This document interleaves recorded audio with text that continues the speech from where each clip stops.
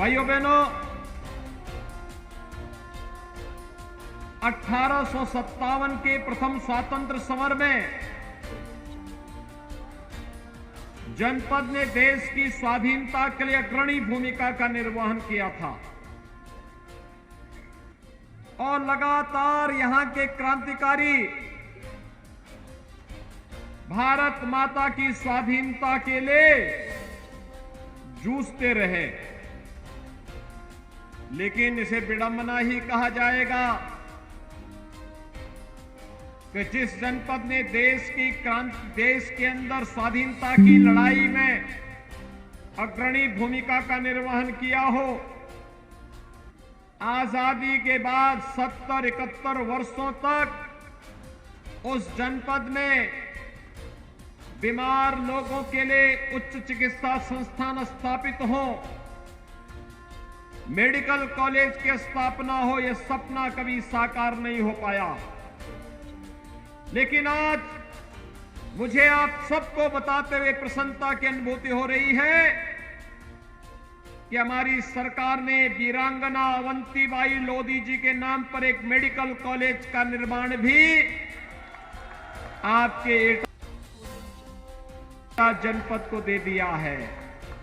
आज यहां पर अपना मेडिकल कॉलेज उच्च स्वास्थ्य सुविधा के एक केंद्र के रूप में स्थापित हो गया है। भाइयों बहनों, ये जनपद यहां पर इससे पहले 2017 के पहले सत्ता के द्वारा प्रायोजित अपराधियों, पेशेवर माफियाओं के गुंडागिर्दी और अराजकता का अड्डा था। आपने 2017 के बाद एटा जनपद के उन कुख्यात माफियाओं के ऊपर सरकार का बुलडोजर चलते हुए देखा होगा और उनकी संपत्ति को जब्त होते हुए भी देखा होगा। क्या इससे पहले कभी माफियाओं के ऊपर बुलडोजर चल पाता था? ये बुलडोजर चलना चाहिए ना? कौन चलाएगा? भाइयों बहनों, आज यही तो मैं कहने के लिए आया हूं।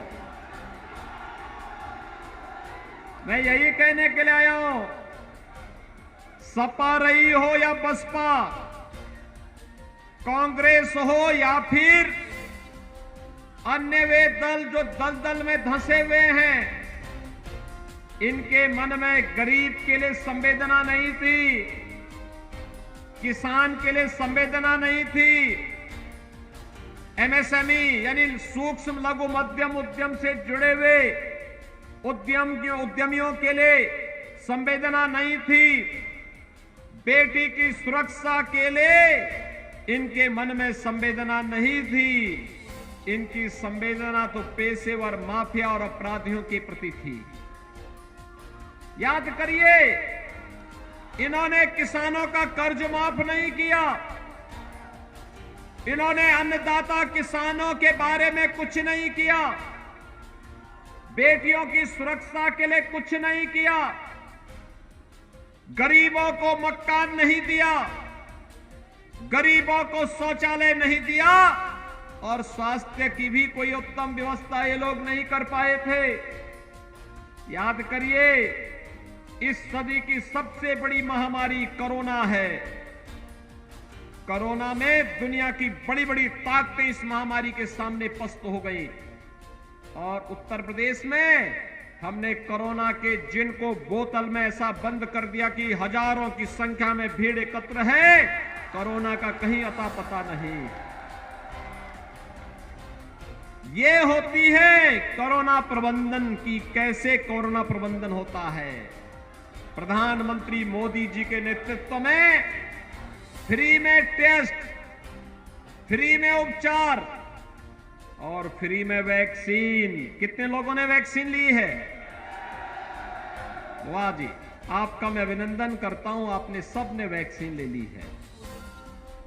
मैं धन्यवाद दूंगा अपने इन दोनों विधायकों को जिन्होंने वैक्सीन लेने के लिए सभी लोगों को प्रेरित किया।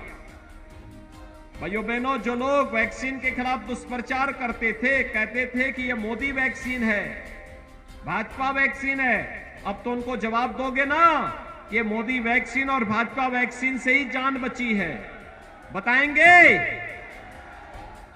वोट की चोट से उन पर जोरदार प्रहार करेंगे ना? और भाइयों बहनों, एक तरफ फ्री में वैक्सीन, सबको वैक्सीन, और दूसरी तरफ अपने सभी नागरिकों के लिए डबल इंजन की सरकार है। डबल डोज राशन की महीने में फ्री में व्यवस्था। ये राशन पहले मिल पाता था? नहीं मिलता था ना। और ये बिजली आती थी क्या? पिछली सरकारों ने तो इस पूरे क्षेत्र को डार्क जोन बना दिया था। डार्क जोन इसलिए जिससे अन्नदाता किसान तबाह हो सके। ठाकुर भानु प्रताप सिंह जैसे किसान हार मान करके, थक करके घर बैठ जाए, इसलिए डार्क जोन घोषित कर दिया था। लेकिन मैं धन्यवाद दूंगा ठाकुर भानु प्रताप सिंह को, इन्होंने हमारे सामने कहा था डार्क जोन से उभारो, हम लोगों ने डार्क जोन से उभार दिया। मैं धन्यवाद दूंगा अपने इन दोनों विधायकों को जिन्होंने कहा था हमारे किसानों को ट्यूबवेल का कनेक्शन भी मिलना चाहिए और खारे पानी की समस्या का समाधान भी होना चाहिए। आज जब मैं आया हूं भाइयों बहनों, ये ठाकुर भानु प्रताप सिंह के कहने पर हम लोगों ने तय किया कि अगले 5 साल के अंदर किसानों को फ्री में पानी उपलब्ध करवाने का कार्य करेंगे। और ये दोनों विधायकों के कहने पर हम लोग करने जा रहे हैं खारे पानी की समस्या का समाधान करते हुए मीठा पानी पहुंचाएंगे और हर घर नल की योजना पहुंचा करके हर व्यक्ति को स्वस्थ रखने का काम भी करेंगे। हर घर में शुद्ध पेयजल पहुंचाएंगे।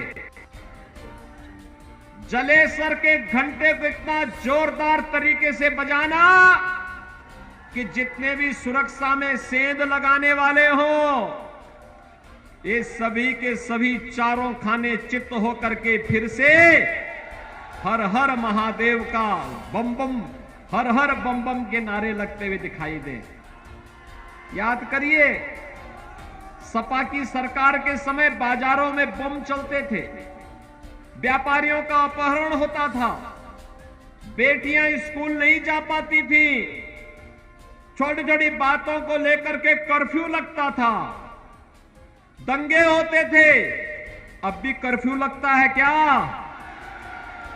अब भी बमबाजी कहीं होती है क्या? होगा भी नहीं। अब तो कर्फ्यू नहीं, कावड़ यात्रा निकलती है, कावड़ यात्रा,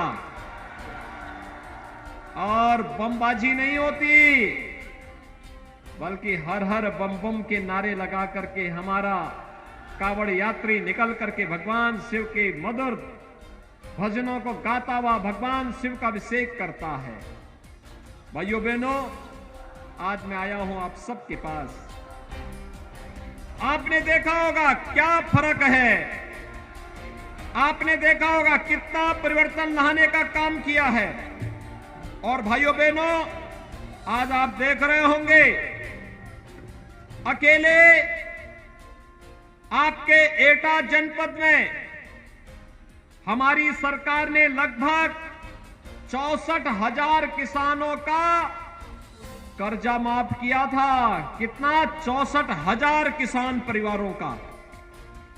और प्रधानमंत्री किसान सम्मान निधि में 2,87,000 किसानों को 6,000 रुपए हर वर्ष प्रधानमंत्री किसान सम्मान निधि का लाभ उनके अकाउंट में आता है, सीधे उनके खाते में आता है। भाइयों बहनों, 2017 के पहले समाजवादी पार्टी ने अपराध ही नहीं बढ़ाया था, एक पाप और किया था। ये दिव्यांग जनों को, विधवा महिलाओं को, वृद्ध जनों के पेंशन को रोक दिया था। छठे छटाए गुंडों को उसने पेंशन देना प्रारंभ कर दिया था। भाइयों बहनों, आज हमारी सरकार प्रदेश के अंदर 1 करोड़ गरीबों को, 1 करोड़ दिव्यांगजन, विधवा महिला और वृद्धजनों को 12,000 रुपए पेंशन दे रही है। और आपके एटा जनपद की मैं बात करूं तो भाइयों बहनों, यहां पर अगर मैं बात करता हूं तो 11,500 से अधिक दिव्यांगजनों को, 23,700 से अधिक विधवा महिलाओं को और 40,000 वृद्धजनों को 12,000 रुपए सालाना पेंशन की सुविधा हमारी सरकार उपलब्ध करवा रही है, अकेले एटा जनपद को। भाइयों बहनों, 15 लाख गरीबों को एटा जनपद में महीने में 2 बार फ्री में राशन देने का कार्य सरकार कर रही है, आपके अकेले एटा जनपद में। और आवास की सुविधा की मैं बात करूं भाइयों बहनों, समाजवादी पार्टी की सरकार अपने 5 साल के कार्यकाल में, 5 साल के कार्यकाल में पूरे उत्तर प्रदेश में मात्र 18,000 गरीबों के लिए मकान स्वीकृत की थी। दिया एक को नहीं, लेकिन स्वीकृत किया था 18,000। और डबल इंजन की भारतीय जनता पार्टी की सरकार ने 43,50,000 गरीबों को एक एक मकान दिया है। और अगर मैं एटा की बात करूं तो भाइयों बहनों, 22,200 से अधिक गरीबों को एक एक मकान मिला है। 22,100 से अधिक, 200 से अधिक, एक फर्क साफ है। लेकिन भाइयों बहनों, ये गरीबों को आवास, गरीबों के लिए शौचालय, हर घर नल की योजना, मेडिकल कॉलेज की सुविधा, अन्नदाता किसानों के लिए फसल ऋण माफी का कार्य हो या फिर अन्य सुविधाएं, नौजवानों के लिए टैबलेट और स्मार्टफोन हो, या डिग्री कॉलेज, पॉलिटेक्निक और ITI का निर्माण, फायर स्टेशन की स्थापना का कार्य हो, या फिर जलेसर के घंटे को 1 डिस्ट्रिक्ट 1 प्रोडक्ट में शामिल करके वैश्विक मानचित्र पर प्रस्तुत करने का कार्य।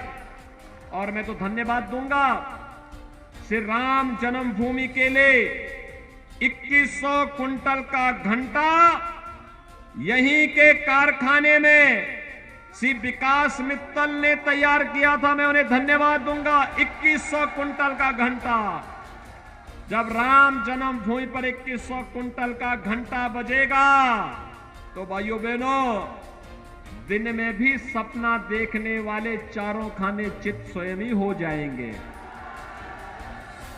ये मान्यता है कि जलेसर का घंटा जब देव मंदिरों में बजता है तो जो अपशकुन होता है अपने आप दूर भाग जाता है।